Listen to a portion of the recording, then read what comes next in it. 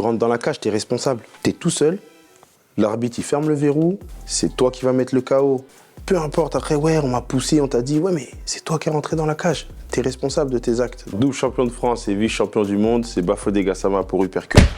Alors à la base, moi je faisais du foot. Moi mon rêve c'était de devenir footballeur professionnel. J'avais pas le niveau. Et en fait ce qui s'est passé dans le foot, je pense qu'avec du recul, c'est que je me suis brûlé les ailes. Ça m'a laissé des gros regrets. Donc j'étais un peu dégoûté du sport. Je voulais plus faire de foot, ça veut dire que je commençais à faire de la muscu, tout ça. Mais j'arrivais pas à faire du sport sans but.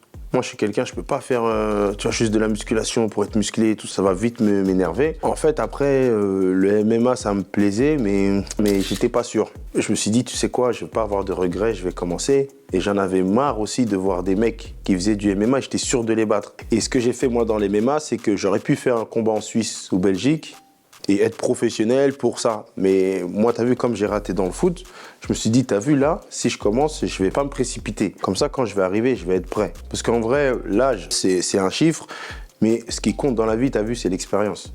Quand t'arrives dans quelque chose, prends le temps d'apprendre. Quand j'ai commencé le MMA, je voulais faire 6 combats amateurs et ensuite passer pro. Mais dès que j'ai fait 6 combats, j'étais devenu champion de France 2023 pour la première fois. Et après, j'étais qualifié pour les IMAF et tout. Je me suis dit, je vais les faire. Et après, j'ai eu ma blessure. C'est-à-dire, je dis non, Bafo, t'es pas prêt. Et là, aujourd'hui, t'as vu, j'ai fait 20 combats. Et 20 combats en 2 ans, il n'y a personne qui a fait ça dans ma caté. Donc en vrai, j'ai pris mon temps sans trop le prendre. Tu vois, en MMA, il faut... ce qui compte pour moi, c'est l'adaptation en combat. Cette adaptation en combat, il faut être plusieurs fois dans la cage contre plusieurs personnes différentes. Et il y a des gens, ils ont voulu passer pro trop vite. Et le problème, c'est que quand tu passes pro, c'est fini, tu peux plus revenir en arrière. Moi, je sais c'est quoi se brûler les ailes. Je sais c'est quoi l'échec. Mais il y en a, ils le savent pas. Et il y en a, ils vont le savoir dans les MMA et ils vont arrêter. Tu sais, le foot, t'as perdu, tu rejoues samedi prochain. Les MMA, c'est ta santé physique, c'est le regard des gens. T'as perdu, t'es tout seul. La vie, pour moi, elle est plus dure que le MMA. Tu vois, après le foot, j'avais plus de rêve. Moi, j'étais écœuré, tu vois. Mais là, t'as vu, le MMA, ça m'a fait voyager, ça m'a fait rencontrer des gens. Ça m'a fait passer à la télé, ça m'a fait me connaître. Aujourd'hui, maintenant, c'est juste d'aller le plus haut possible. Moi, dans les MMA, mon rêve, vivre du MMA, gagner de l'argent du MMA, progresser, parce que le MMA, c'est un sport où chaque jour t'apprends. Ce serait ça mon rêve, tu vois. Moi, j'ai plusieurs travails. Je suis électricien à la mairie et je fais de la sécurité aussi. Bah, là, vu que j'étais en amateur, j'arrivais à gérer. Mais là, vu que je vais passer pro, je vais passer un step. Donc, du coup, je vais essayer de trouver des sponsors, m'arranger avec la mairie pour qu'ils me fassent des horaires aménagés et tout ça. Et puis ensuite, voilà, avec les résultats, normalement, si tout va bien, je pourrais vivre complètement du MMA. Moi, aujourd'hui, dans ma catégorie où je suis, parce que je vais rester en 93, j'ai le temps de me développer, tu vois.